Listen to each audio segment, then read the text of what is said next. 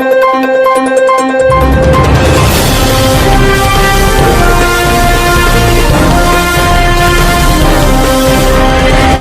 मुद्दों से ध्यान हटाकर राष्ट्रवाद के नाम पर देश की जनता को बरगला रही है भाजपा सरकार, राजकुमार सैनी। लोकतंत्र सुरक्षा पार्टी सुप्रीमो राजकुमार सैनी बोले, ईडी व सीबीआई का दुरुपयोग कर विपक्षियों को परेशान कर रही है सरकार। बहादुरगढ़ से पत्रकार प्रवीण चोपड़ा की रिपोर्ट।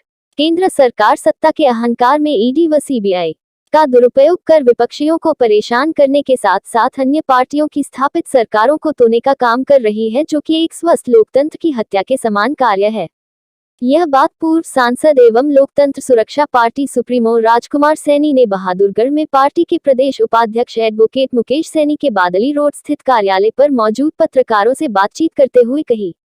इससे पहले मुकेश सैनी के कार्यालय पर पहुंचे पूर्व सांसद राजकुमार सैनी का कार्यकर्ताओं ने जोरदार सम्मान किया। लोकतंत्र सुरक्षा पार्टी सुप्रीमो राजकुमार सैनी ने काफी संख्या में मौजूद कार्यकर्ताओं को 2 सितंबर को सोनीपत में पार्टी के स्थापना दिवस कार्यक्रम में ज्यादा से ज्यादा संख्या में पहुंचने का निमंत्रण दिया।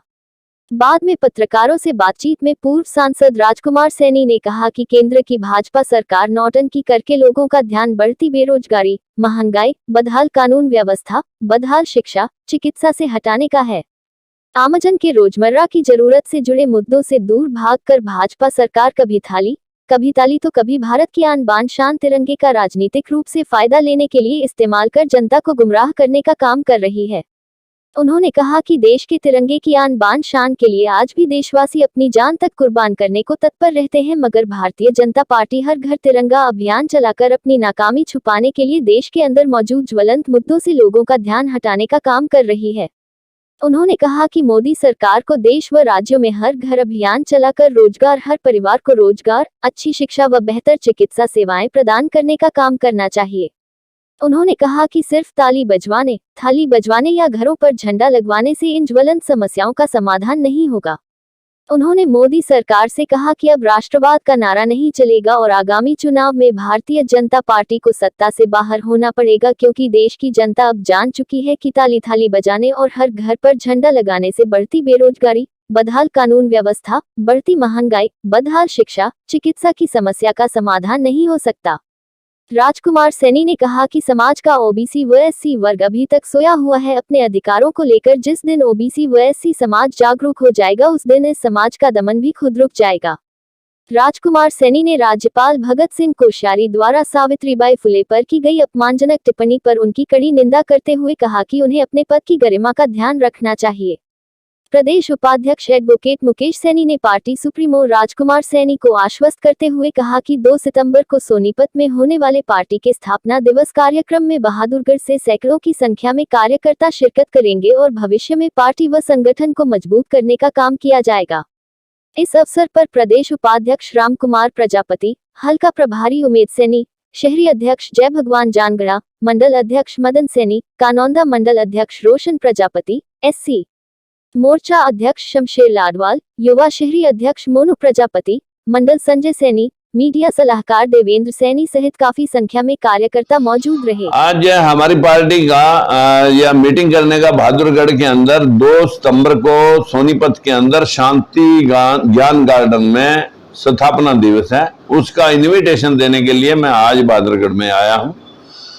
पर सरकार की उन नीतियों का भी मैं विरोध करना चाहूंगा आपके न्यूज टुडे 24 के माध्यम से, कि गोदी मीडिया तो उस बात को उठाता नहीं। आज पूरी बीजेपी कभी मध्य प्रदेश की सरकार गिराती है, कभी महाराष्ट्र की सरकार गिराती है, 3-4 करोड़ रुपए के बजट रखती है सरकारों को, एमएलए को खरीदने के।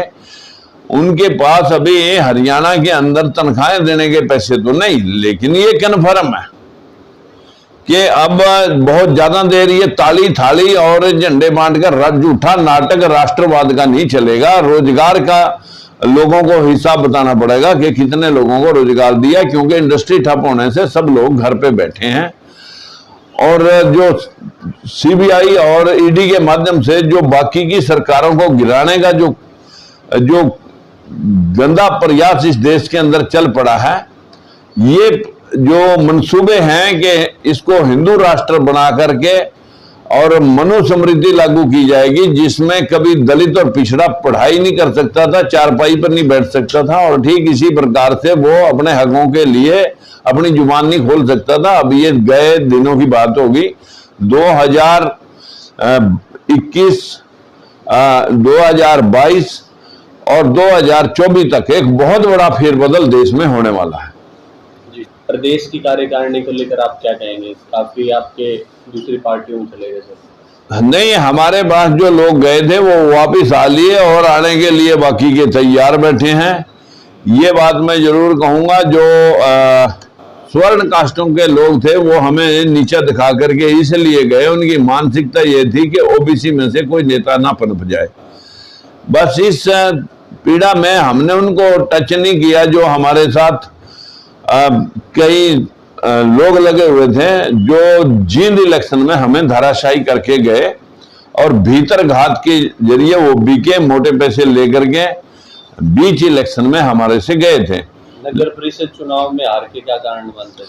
नगर परिषद चुनाव में हमने 4-6 दिन पहले कोई लड़ने की हिम्मत नहीं जुटा रहा था, लेकिन भाई मुकेश जी ने हिम्मत जुटाई कि भाई ओबीसी के लोग लगभग 1 लाख वोट हैं और 1 लाख वोटों में से कोई नहीं खड़ा, और जिनकी लगभग 20,000 वोट हैं वो 15-20 हजार वोट वाले 3-3 खड़े हैं। तो भाई हमारे में से भी कोई खड़ा होना चाहिए। आप इलेक्शन लड़ने से पहले ही हार गए। लेकिन अभी हमारा जो ओबीसी समाज है वो इस बात की उनको अहम नहीं है कि भाई हमारे को ये तो जरूर विरोध करते हैं कि सारी जमीनें हड़प ली, जो शामला जमीनें थी उन पर कॉलोनियां और उन पर मार्केटें काट दी, लेकिन हिम्मत जुटाने के लिए, इंसाफ लोगों को, कमजोर तबके को इंसाफ दिलाने के लिए कोई हिम्मत नहीं जुटा रहा। मैं धन्यवाद करूंगा मुकेश भाई का कि इन्होंने हिम्मत जुटाई। आगामी पंचायत चुनाव आने वाले हैं, जिला परिषद के भी आने वाले हैं, तो उनमें क्या तैयारियां हैं? क्या अभी तो सरकार जो है इस इलेक्शन को पीछे पीछे करते करते 2 साल निकाल चुकी है। मुझे नहीं लगता है चुनाव कराएंगे। भी बहुत सारे सरपंच जो है अपनी तैयारी में 3-3 बार जुटे और बेचारे के मोटे खर्चे हो गए। अब नए नए लोग, उनको काट करके लोग नए आ जाते हैं। फिर उनको अगर सरकार ने चुनाव ना कराया और यही नौटंकी की तो आने वाली औकात जो है ना, बीजेपी को जैसे 75 पार के नारे के बाद 40 पे अटके थे, अब 4 पे अटकाएंगे। संगठन के विस्तार को लेकर क्या क्या तैयारियां हैं? संगठन में हमारे जो है ना, आज हम यहाँ पर बैठ करके जो अभी नई हमारी कार्यकारिणी बनने जा रही है उसमें भाई राम कुमार जी को उपाध्यक्ष बना रखा हमने। और अभी जो यहाँ पर कुछ मजबूत लोग जो पार्टी के लिए जिन्होंने चुनाव में काम किया, उनमें से बहादुरगढ़ के अंदर एक हल्का अध्यक्ष और बाकी के जो है यहाँ कार्यकारिणी के सदस्य बनाएंगे। और हमारे प्रदेश में जो है अभी लगभग एक कोर ग्रुप तैयार किया गया है। उस कोर ग्रुप में हंसराज जी बैरागी समाज से हैं, वो उपाध्यक्ष हैं। और इसी प्रकार जो है हमारे श्रीपाल जी, अब जो पहले राष्ट्रीय अध्यक्ष थे, अब उनकी जिम्मेवारी कोषाध्यक्ष की लगाई गई है। ऐसे ही कोर ग्रुप के अंदर काफी सारे लोगों की एंट्री अभी पिछले दिनों 11 आदमियों की थी। वो जो अभी हमारी लिस्ट है उसमें अभी विस्तार होने जा रहा है।